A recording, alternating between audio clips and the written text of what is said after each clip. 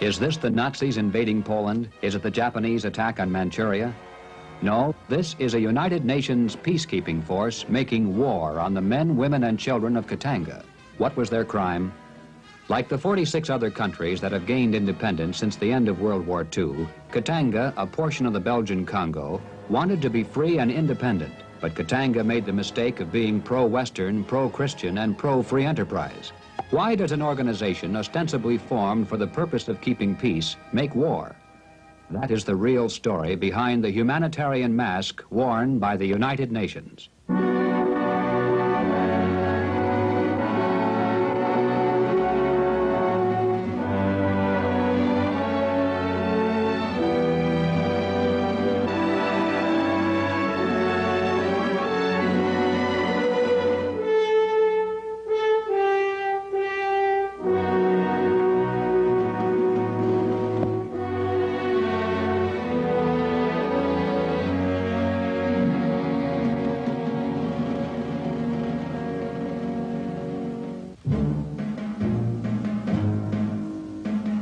In a world racked by wars, genocide, famine, and the threat of atomic annihilation, the United Nations represents the symbol of hope for a world that wants to live in peace and harmony. Hope for a time when famine will be conquered and security, justice, dignity, and mercy will replace the sound of soldiers tramping through the streets. To a peace-starved world, the United Nations represents the great peacemaker and the hope of the world, the only alternative to the bomb. The question is, do the facts justify the image? Have our hopes for peace mentally conditioned us so that when the wolf tells us he is a sheep, we see a sheep? Is the threat of the bomb posed to distract our vision from another very real threat, a threat more dangerous than the bomb? Is the UN a hawk disguised as a dove, making inevitable the very war every one of us prays to avoid? In order to answer these questions rationally, free from prejudice and prior conceptions, we ask you to assess the following facts using intellectual integrity, not emotion. For almost 30 years, Americans have been conditioned to accept the United Nations as humanity's savior. The propaganda barrage began long before the birth of the UN in 1945. So successful has this campaign been that virtually no major American political official of the last decade has dared to challenge the UN for fear of committing political suicide. While most people involved in the campaign to sell the American public on world government were idealistically, if mistakenly motivated, others knew exactly what they were doing. The communists have always viewed world government as a stepping stone to world communism. Joseph Stalin, in his book Marxism and the National Question, laid down a three-pronged blueprint for bringing the nations into a world government and then using this as a mechanism for Soviet world domination. Stalin's plan was, first, bring all nations together into a single world system of economy. Second, force the advanced countries to pour prolonged financial aid into the underdeveloped countries. Third, to divide the world into regional groups as a transitional stage to establishing a world dictatorship of the proletariat. The American public has been misled into believing that the USSR had to be dragged, kicking and screaming, into the UN, and that she remains against her will because of so-called world opinion. Such, however, is not the case. While Soviet diplomats played hard to get in order to wring dozens of key concessions from American politicians, the communists throughout the world, and particularly in the United States, were busy propagandizing for the UN. Earl Browder, former head of the U.S. Communist Party, reported in his book, Victory and After, quote, "The American communists worked energetically and tirelessly to lay the foundations for the United Nations, which we were sure would come into existence," end quote. Political Affairs is the official monthly publication of the Communist Party and establishes the party line for American communists to follow. Its April 1945 issue ordered American communists to propagandize for the acceptance of the UN as their key to world victory. The major question for us in connection with the San Francisco Conference is to assure the adherence of the United States to the World Security Organization. Great popular support and enthusiasm for United Nations policies should be built up, well organized, and fully articulate. The opposition must be rendered so impotent that it will be unable to gather any significant support in the Senate against the United Nations Charter and the treaties which will follow. 5 months later, the Communists issued a pamphlet entitled The United Nations, which explains what the UN would accomplish for world communism. It declared, first, the veto will protect the USSR from the rest of the world. Second, the UN will frustrate an effective anti-communist foreign policy by the capitalist countries. Third, the UN will eventually bring about the amalgamation of all nations into a single Soviet system. Dozens of defectors from communism who were trained by the Russians in political and psychological warfare have testified that the communists see the UN as a respectable front from which to conduct subversion under the guise of humanitarianism. The Russian political commissars taught their students that those who tried to expose the UN would be put in a defensive position, a position of appearing to be against medical care for children and food for starving peoples, and in favor of war. Prior to and during World War II, there were, for all practical purposes, no attempts to keep communists from obtaining jobs in the American government. Did communists in the American government exert any influence on the founding of the United Nations? In 1950, the State Department issued a historical report, Post-War Foreign Policy Preparation 1939 through 45, which detailed the policies, documents, and personalities leading to the creation of the United Nations. Of those men credited as instrumental in the creation of the UN, all but a handful have subsequently been proven to have been communists by the overwhelming evidence presented by the FBI, the Senate Internal Security Subcommittee, or in federal court by the Justice Department. Alger Hiss is the most important of those American communists who played the role of midwife at the birth of the UN.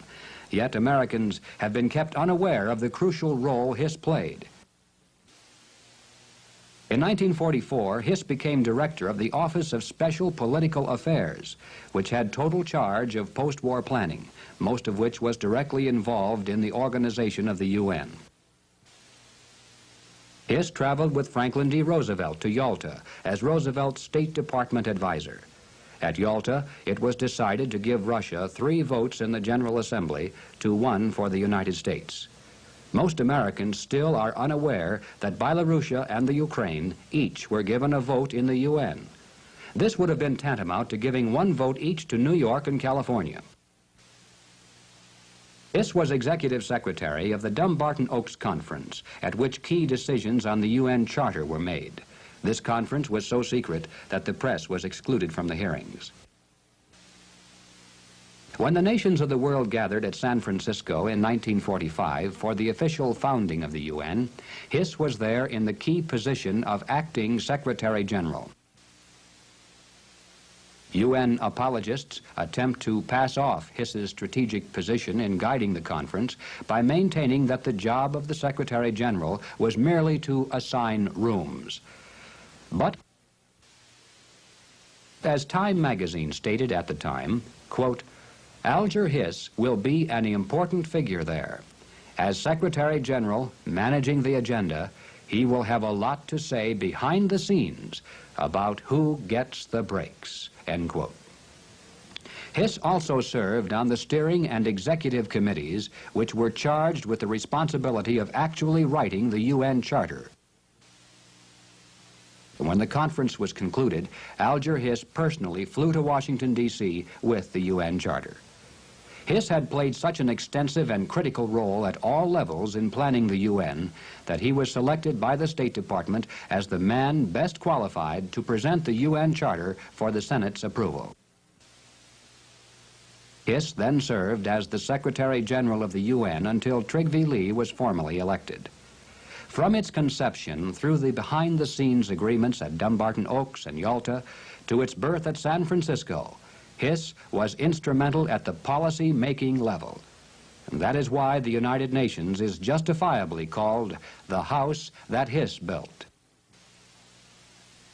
Later, Alger Hiss was convicted of perjury for lying about his activities as a Soviet spy. The only reason he was not tried for treason was because the statute of limitations had expired. Since his trial, a parade of former communists who worked with Hiss in the Communist Party have added to the mountain of evidence already presented by the FBI. Another communist agent who played a key role in setting up the UN was Harry Dexter White, who had complete control over foreign affairs in the Treasury Department. White chaired the committee that established the United Nations multi-billion-dollar International Monetary Fund, which carries out point 2 of Stalin's program for communist victory by using U.S. taxpayers' money to build socialism in underdeveloped countries. Other key communists in the U.S. State Department active in establishing the UN include Lawrence Duggan, head of the Latin American Division, Noel Field, a high official in the Western European Division, Henry Julian Wadley in the Trade Agreements Division, and John Carter Vincent, chief of the Chinese Affairs Division. Communist David Weintraub held a key position in the Office of Foreign Relief and Rehabilitation Operations. Communist Harold Glasser was the Treasury Department's spokesman in United Nations Relief and Rehabilitation Administration. Communist Irving Kaplan was a top official in the UN Office of the Assistant Secretary General for Economic Affairs. Communist Laughlin Curry was a personal assistant and advisor to President Roosevelt and played an instrumental role in formulating U.S. policy that led to the creation of the UN. All of these founding fathers of the United Nations were later proven by the United States government to be Soviet spies. These men, supposedly representing the United States at the creation of the UN, were actually representing Soviet Russia.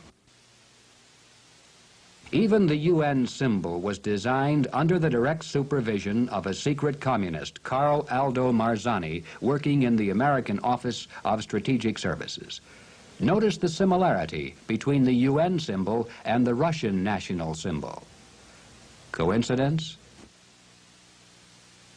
UN apologists maintain that communists do not control the UN, since there are only about a dozen communist bloc nations. This ignores the fact that the balance of power now lies in the Afro-Asian bloc countries, which are almost universally socialist and usually vote with the communists. But equally as important as the makeup of the General Assembly is the composition of the huge bureaucracy that carries out the policies of the UN. The appointment of the original American contingent to the UN bureaucracy was greatly influenced by Soviet agent Alger Hiss. A Senate Internal Security Subcommittee investigation showed that Hiss was instrumental in the employment of 494 persons by the United Nations. During the Korean War, a New York grand jury uncovered enormous evidence of communist penetrations into the American staff of the UN. The grand jury report stated in part, "This jury must, as a duty to the people of the United States, advise the court that startling evidence has disclosed infiltration into the UN of an overwhelmingly large group of disloyal United States citizens, many of whom are closely associated with the international communist movement." Only a few were removed, but they were later reinstated with full retroactive pay, as it is not a crime for a communist to be employed by the World Organization. If communists can so thoroughly penetrate the U.S. contingent to the UN, imagine how easily a communist can work into the staffs of other countries, many of which are already socialist. Communists in the UN administrative force work together regardless of their nationality, promoting each other into strategic positions of importance. Because of this organized conspiracy, the communists have power and influence far beyond their numbers to use UN policies for the advancement of communism. Another function communist administrators perform is espionage.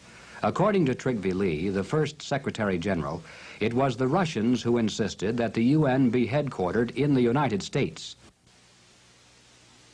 FBI Director J. Edgar Hoover has stated that 70 to 80% of the Iron Curtain diplomats in this country, quote, have some type of espionage assignment, unquote. They are not just clerks, but dedicated agents. Hundreds of these highly trained espionage agents have been apprehended by the FBI, but since they have diplomatic immunity, their punishment is merely to be sent home, only to be replaced by another highly trained spy. Besides communist control of the bureaucracy, the top UN administrative personalities have very questionable backgrounds conveniently ignored by the mass media. U Thant of Burma, the Secretary General of the UN, is constantly extolled as the model neutral.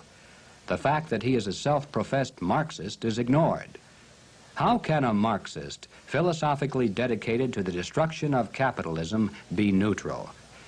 UN critics point out that Thant is seldom neutral, supporting the communists or neutralizing their opposition at every turn, whether it be the condemning of U.S. nuclear testing while saying nothing of Russia's testing, or championing Red China's admission to the UN, or watering down a weak resolution condemning the Soviet slaughter of freedom-seeking Hungarians. U Thant has two principal assistants who work as undersecretaries. The first, Alexei Nestorenko, is a Russian communist. Thant's other assistant is Ralph Bunche of the United States. Bunche has remained immune from criticism because he is a Negro, and yet the complaints against Bunche's record have nothing to do with his race. Whenever his long and extensive pro-communist background is mentioned, his detractors are invariably attacked as vicious racists. Attention is switched away from Bunche to those who are attempting to reveal his communist activities. Bunche was a contributing editor to Science and Society magazine, lending his name and prestige, even though the communists openly stated that the magazine was designed, quote, to help Marxward-moving students and intellectuals to come closer to Marxism-Leninism, to bring communist thought into academic circles, end quote. Bunche, who had been an assistant to Alger Hiss, was identified under oath as a member of the Communist Party by both Manning Johnson and Leonard Patterson before a governmental loyalty board. Patterson and Johnson, both Negroes, had been trained in Moscow, but defected from the party when they became aware the communists only intended to enslave the Negro here in America. Ralph Bunche is the man who, along with Nestorenko, a Russian communist, and Thant, a self-professed Marxist, runs the Secretariat of the UN. The most important and strategic position within the framework of the UN is that of the Under-Secretary General for Political and Security Council Affairs. Yet most Americans have never even heard of the position. He has three main responsibilities. First, control of all military and police functions authorized by the Security Council. Second, supervision of all disarmament activities. Third, control of all atomic energy entrusted to the UN. Should the U.S. ever turn over its atomic weapons to the UN, this position would have the power of life and death over every American. It is crucially important to know that this position has always been held by a communist since the inception of the UN in 1945. Trygve Lie, the first Secretary General, in his book, In the Cause of Peace, details his astonishment that the U.S. would ever enter into such an agreement. He wrote, Mr. Wyszynski was the first to inform me of an understanding which the Big Five had reached on the appointment of a Soviet national as Assistant Secretary General for Political and Security Council Affairs. Mr. Stettinius confirmed to me that he had agreed with the Soviet delegation in the matter. The preservation of international peace and security was the organization's highest responsibility, and it was to entrust the direction of the Secretariat's department most concerned with this to a Soviet national that the Americans had agreed, end quote. Considering the makeup of those Americans who created the UN, it is not surprising that such an agreement was made. The surprising thing is that nothing has been done about it, and that the mass media has neglected to inform the American people of this crucial fact. UN apologists incredibly attempt to shrug off the fact that history's greatest mass murderers control the military arm of the UN by pointing out communist control is traditional, just as the U.S. traditionally heads other positions. When the UN was established in 1945, it was heralded with an unprecedented propaganda barrage as the guarantor of peace throughout the world. Prior to the establishment of the so-called peace organization, Russia had swallowed up Estonia, Latvia, and Lithuania. But the major acts of communist aggression have occurred since the establishment of this peace organization. Since the founding of the UN, the communists have conquered the Sakhalin and Kuril Islands, Outer Mongolia, Albania, Hungary, Yugoslavia, Romania, Bulgaria, Poland, Czechoslovakia, North Korea, North Vietnam, Manchuria, East Germany, China, Tibet, northern provinces of India, northern Laos, Cuba, and Zanzibar. Since the establishment of the peace organization, 1 billion people have been enslaved, tens of millions butchered, and yet more millions thrown into slave labor camps. What has the peace organization done about this aggression, which far surpasses that of even Hitler? What did the UN do when the Hungarians revolted against their slave masters and were brutally crushed? What does the UN do today while the communists murder Vietnamese peasants or slaughter freedom-seeking Germans on the Berlin Wall? Nothing. The peace organization does nothing. And how can it? Would you have an effective police department if the mafia had control? This is the growth of communism 20 years after the formation of the peace organization. If the UN does not directly participate in communist aggression, it preserves the Soviet prison house of nations by doing nothing. The UN protects the communists' conquests by deflecting attention from Hungary, Cuba, and the Berlin Wall and toward the underdeveloped countries. The UN never talks of communist atrocities, only of Western colonialism. Pro-Western countries are censored for restrictive voting requirements, but nothing is said concerning the fact that no communist country has ever held a free election. The H-bomb threat is then used to mesmerize the American people while the communists carve up the world, piece by piece. UN apologists point to Korea as the UN's supreme achievement. In 1950, when communist North Korea attacked South Korea, the UN voted to intervene. The American public has been convinced that it was a fantastic stroke of good fortune that the Russians were, at the time, boycotting UN meetings and were not there to veto intervention. Since the North Koreans were Kremlin puppets, acting under Kremlin orders, and their armies were Soviet-supplied and equipped, the idea that the attack on South Korea caught the Russians by surprise is extremely naive. The long-run plans of the communists were aided in many ways by the precedents set by UN intervention. It was the old and successful communist strategy of 1 step backward and 2 steps forward. These precedents include, first, it was the only time American troops have fought a war they were not allowed to win. Second, American troops fought under UN command, not U.S. Third, Americans lost prestige around the world and became the paper tiger that couldn't defeat tiny North Korea. And fourth, the aggressors were treated as equals with the victims and were not punished. The most important precedent, however, was the bypassing of the Security Council, where the U.S. has a veto. Now the veto protection no longer exists. Since the Russians were absent from the Security Council, it was decided to throw the Korean question into the General Assembly, where no veto exists. A UN-published pamphlet glowingly describes this dangerous change in UN procedure. Quote, "If, due to a veto, the Security Council fails to act in a case of military crisis, the General Assembly can hold emergency sessions to take up the matter.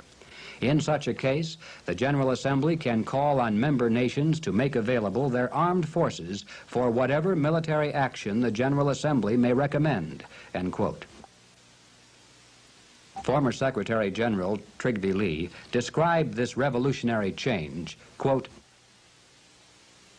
"The Assembly engineered a profound shift of emergency power from the veto-ridden Security Council to the veto-less General Assembly, a shift the full potentialities of which have still to be realized." End quote. The Korean fiasco, which cost the U.S. 152,000 casualties and billions of dollars, was later the subject of congressional testimony by U.S. military commanders. General James Van Fleet stated, "If we must again send our sons abroad to fight for freedom, I hope they go unshackled, that no appeaser's chains bind their arms behind their backs." General Mark Clark testified, "In carrying out the instructions of my government, I gained the unenviable distinction of being the first U.S. Army commander in history to sign an armistice without victory." According to its apologists, this was the UN's finest hour. What is the communist strategy for obtaining the avowed goal of world conquest through world government? Most Americans take the attitude that since the UN has not as yet directly affected their daily lives, it must not be a threat. Americans are not aware that the Kremlin strategy is to guard against alarming the public, lest it become aware of the path down which we are being led to the final victory of communism. This victory depends on the American public remaining apathetic, soothed by the syrupy propaganda that the UN exists only to promote peace and help starving children. Meanwhile, the communists weave their entangling web one strand at a time, content temporarily to have the United States pour out its wealth to solidify socialistic governments around the world, as year by year the UN admits more avowedly socialist communist countries. Americans are unconcerned about the tide of anti-Americanism in the UN, believing that the Constitution and Bill of Rights protect their freedoms from those who covet our wealth, but are unwilling to adopt the free enterprise system that produces it. The public is unaware that a treaty, such as the UN Charter, supersedes our Constitution. Former Secretary of State John Foster Dulles stated, quote, "Treaties make international law, and also they make domestic law. Under our Constitution, treaties become the supreme law of the land. Treaty law can override the Constitution." End quote. A Supreme Court decision has ruled that this applies also to executive orders, personal agreements, and international compacts entered into by the President and never even seen by Congress. When will the communists close the trap? When we no longer have the military capability to defend ourselves and are no longer able to extricate America from the UN's grasp. The communists want America intact, not in ashes. They want to capture our tremendous productive capacity and skilled workforce to support their world slave empire. But they know they can never do this so long as America possesses an independent, technologically superior defense force. Naturally, the communists want us to disarm and to turn our military capabilities over to the UN, where they will be under the control of the Undersecretary for Political and Security Council Affairs, the office always held by a communist. Khrushchev stated, "The slogan for the struggle for peace must not contradict the slogan for the struggle for communism. The struggle for disarmament is an effective struggle against imperialism, for restricting its military potentialities." In December 1960, at a Moscow meeting of communist parties from all over the world, communist leaders declared that an active, determined communist struggle must be waged to, quote, force the imperialists into an agreement on general disarmament, end quote. In September 1961, the United States State Department issued its official program for disarmament in document 7277, entitled Freedom from War, the United States Program for General and Complete Disarmament, which presents the formula for gradually turning the U.S. military force over to the UN. It declares, quote, "No state would have a military power to challenge the progressively strengthened UN peace force," end quote. The U.S. will finance the UN peace force so that the politicians will still have a $52 billion defense budget with which to buy votes, but the military equipment will go to the UN. State Department Policy Chairman Walt Rostow elaborated, "It is a legitimate American national objective to remove from all nations, including the United States, the right to use substantial military force to pursue their own interests.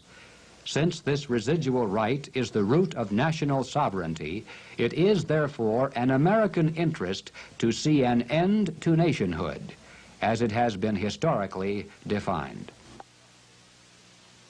The same month that the State Department submitted the U.S. proposal for complete disarmament to the UN, Congress passed the necessary legislation establishing the Arms Control and Disarmament Agency to carry out our disarmament by entering into agreements without congressional consent. The Moscow Test Ban Treaty committed us to carry out this plan to put American military might under the command of a communist, and the Geneva meetings are taking place to work out the details.